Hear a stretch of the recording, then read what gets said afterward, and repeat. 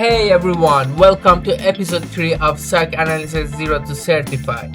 Today we're focusing on one of the most important jobs of blue team analysis, providing situational awareness to management. Today's Splunk Core exam topic is visualization and dashboards. We're going to simulate an application layer denial service or DDoS attack.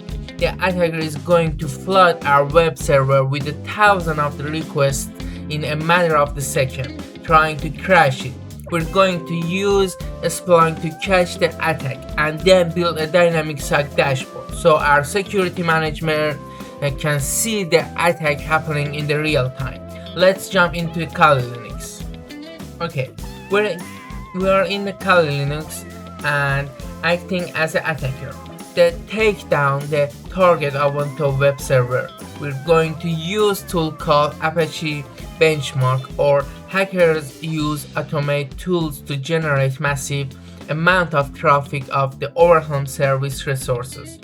I'm gonna to tell these tools send 5,000 HTTP requests to our target, and I wanted to send 100 requests currently at the exact same time.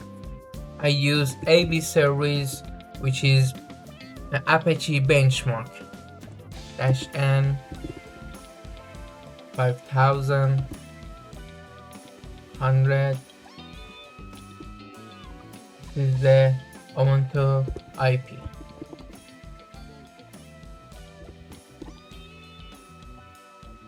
Look at this. This is our Apache IP. Everything looks great, and look at this. We start to connect it and send the request, and now we need to switch the Splunk search reporting. Time picker set to last 15 minutes. First of all, let's run my Splunk. Okay, my Splunk is ready. Everything looks great. We got our report. Now let's search. And let's pull up our Apache web logs with the index.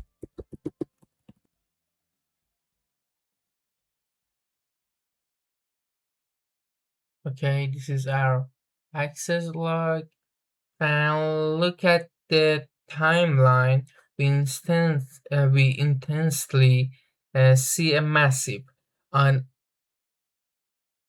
unnatural spike in the traffic. But for the Splunk exam, we need to know how to manipulate this data using statistic command instead of using states. We are going to use the Timechart and states group things by a field like a username, but the Timechart groups things by time. Let's add a pipe and type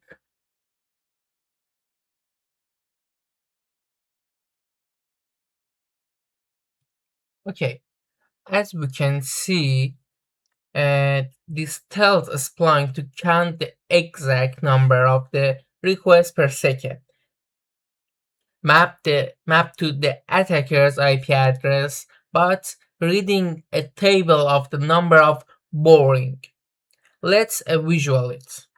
Right beneath the search bar, click on the visualization actually, and Splunk intensely takes our Timechart command and turn into a graph. For the certification, we need to know how to format this. A line chart is okay. We can change the chart with for example, line chart. For example, Sunday, for since June, we can see something significantly increase. It's our traffic, guys. It's reached to 2,000 requests. It's so massive. But for a SOC dashboard, we want something that really highlight the volume of the attack. click the drop down on the left, and let's change area chart. We are looking to area chart. This is area chart. This is better, I think. And look at how clear it is.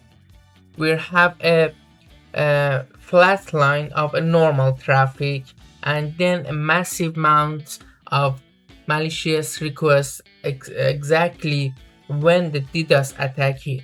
Now we need to save the dashboard to our Chief Information Security Officer, or CISO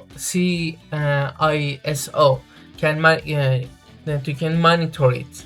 In the top right, click Save As and select Dashboard panel. New dashboard. Let's create a new dashboard. I wrote the name, and for the panel title, I prefer to write Web Traffic Volume, DDoS Detection. We can share in the app or keep it private.